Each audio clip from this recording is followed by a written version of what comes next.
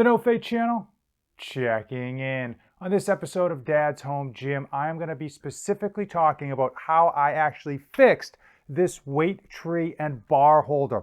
On a previous video, I compared this Yaheetech cheap Amazon plate tree to Titan Fitness and Rep Fitness. I got it in, I assembled it, and when I put the weights on, whoa man, was it unstable with only 350 pounds on here. This thing claims it can hold 800, and obviously we know that to be false based on my review and the fact that it was only held down. This massive main pillar was only held with 2 cheapo bolts. The amount of sway on this thing was ridiculous, and even though I probably could have gotten by with it without fixing it at all, I definitely didn't feel safe with my children here who might, just happen to bump into it and knock it over. Also, I had a feeling that with enough back and forth sway over time, those bolts would eventually just snap off or shear off completely.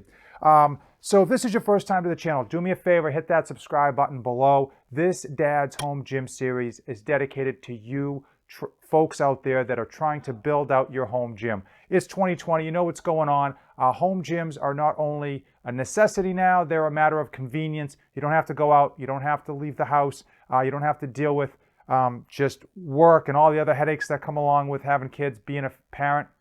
You're looking to build out your home gym. This channel, this series is for you. And it's not only about building out your home gym, it's about making sure that you actually use it. You can have the best equipment in the world, but if you don't put it to good use, it's no good. So, previous video, I assembled this thing. It looks just like the Titan Fitness version. The only difference is the Titan Fitness version is $50 more, and it had wheels. Now, for some people, wheels might be a good option, but for me, with this horse stall mat flooring, I thought those wheels were going to be not only a danger, but a nuisance, and I definitely thought they were going to catch just the kind of the bumps on the floor and the little grooves here that do pop up from time to time because the horse stall mats shift ever so slightly. So also compared to the Rep Fitness one, the Rep Fitness one was $100, and it looked like it did have some structural issues, but I do have a degree in mechanical engineering, and based on the design that they used, it actually looked to be more stable. Instead of using the 2 bolts here on this plate right here, they actually had 3 bolts, 2 in the main beam, 4 bolts, 2 in the main beam and 2 on the sides, and it was almost like a T-bar that they used to connect this main beam to the base. Now, I don't know the quality of the metal of the Titan Fitness or the Rep Fitness, but I have to assume it's probably going to be similar to this because I got a feeling almost all of these are going to be made in the same factories overseas or maybe in neighboring factories. So they're all going to be using thin metal in general because it keeps the cost down. You don't necessarily need super thick metal for, a couple hundred pounds worth of weight. And shipping has largely to do with size and weight, and they want to keep that shipping cost down because they're coming over from Asia. So what I did to solve this issue, and this thing is even way more sturdier than I even thought. What I did to solve this issue was I got a reinforcing bar down here. So I got it from Lowe's. I'll put the photo of it up here so you can see. So each one of these bars was $2. Then I got the corresponding bolts and washers for each side, and just simply spray painted the this metal piece. Now, did I need to spray paint it? No, but I wanted to keep potential rust down, and frankly, I wanted to look relatively nice like it was supposed to come with the design. I then drilled holes in here fairly easily, fairly quickly, and the fact that I was able to drill these holes so quickly is a testament to how cheap the metal is, unfortunately. I will say if you are going to go about this route to fix your tree stand, your weight tree, I would suggest starting with the pilot hole and just really take your time, work your way up, and go from there. I don't necessarily try to take big jumps between drill bits, and of course wear eye protection. So overall, it didn't take me that long. I think the spray painting, making sure that it dried, was the longest step, and this thing is super solid. So I think it's time to throw all the weights back on and see how this thing handles as far as give.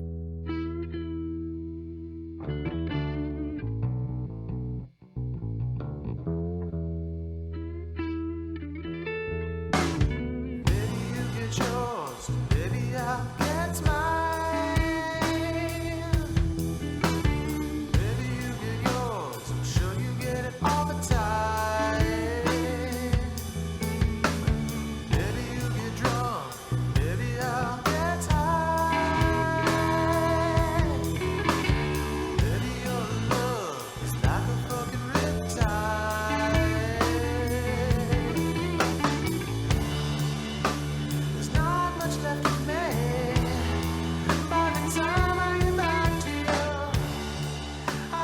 So look at that. Okay, 350 pounds of miscellaneous weight and very little movement. I'm giving this thing some good wobble too. Very little movement. And even some of that movement is because the pads themselves, the flooring on this cheap weight tree are not even, right? The floor is not even on my basement, and those weight legs, the legs here down here, just aren't 100% even because it's budget. That's kind of what you get when you go budget, even though you paid $100 for it. Overall, I'm happy with the fix. The fix cost me, I want to say, like less than $6, probably about $6 if you don't count the fact that I already had all the spray paint, so I don't have to pay for that. Happy with the fix, and I think this is a lot safer, and I think it's going to hold up at least a lot longer than it would have had I left it as is. Clearly, you can see this is 350 pounds, or give or take a pound, of the actual weight. You're not going to get 880 pounds on this thing unless maybe you had all metal weights and all like super high end weights that are very, very dense. And even then, I don't think I'd want to put 880 pounds on here just for a safety perspective. And frankly, I couldn't lift 880 pounds.